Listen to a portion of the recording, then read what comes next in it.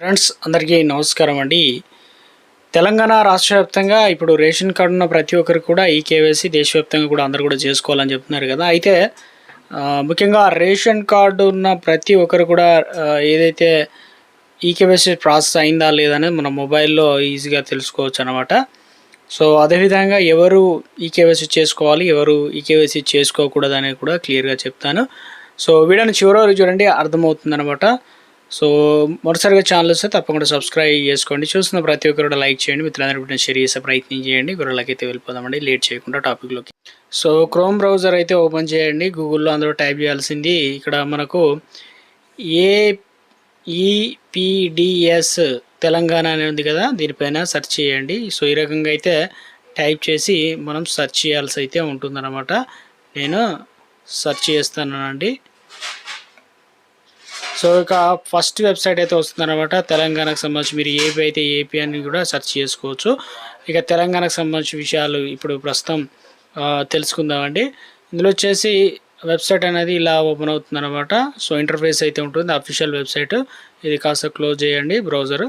So ఇక్కడ తర్వాత next మనం ఇక్కడ లెఫ్ట్ సైడ్ కనిపిస్తుంది కదా, థర్డ్ వన్ ఆప్షన్ గమనించండి. సో ఇక్కడ వచ్చేసి బెనిఫిషియరీ డీటెయిల్స్ అయితే ఉంది కదా, సో దానిపైన క్లిక్ చేయండి.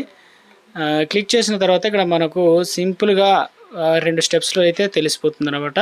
సో ఇక్కడ మంత్, జూలై, ఇయర్ ఇవన్నీ ఎలా ఉన్నాయో అలా ఉండనిచ్చి ఇక్కడ రేషన్ సంబంధించినటువంటి కార్డ్ నెంబర్ అయితే ఉంటుంది. ఇక ఆ నెంబర్ అనేది ఇక్కడ ఎంటర్ చేయండి. తర్వాత ఇక్కడ క్యాప్చా కోడ్ ఉంటుంది కదా, ఈ క్యాప్చా కోడ్ అయితే ఈ బాక్స్లో అయితే ఎంటర్ చేసి ఇక్కడ సబ్మిట్ అయితే నొక్కాల్సి అయితే ఉంటుందన్నమాట. సో ప్రైవసీ కారణాల వల్ల మీకు బ్లర్ చేస్తున్నానండి.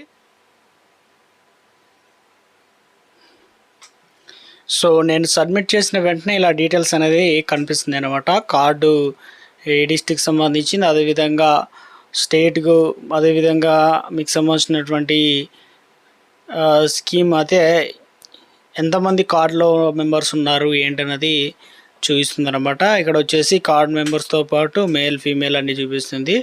సో స్టాటస్ అనేది ఇక్కడ యాక్టివ్లో అయితే ఉన్నట్టు చూస్తుంది కదా. యూఐడి అనేది ఆధార్ కార్డ్ అన్నీ కూడా వెరిఫై కావడం జరిగింది. దీనివల్ల ఏమవుతుందంటే ఈ కేవైసీ అయితే కంప్లీట్ కావడం జరిగింది. కంప్లీట్ కాని వారికి నాట్ వెరిఫైడ్ అనేది వస్తుంది అనమాట.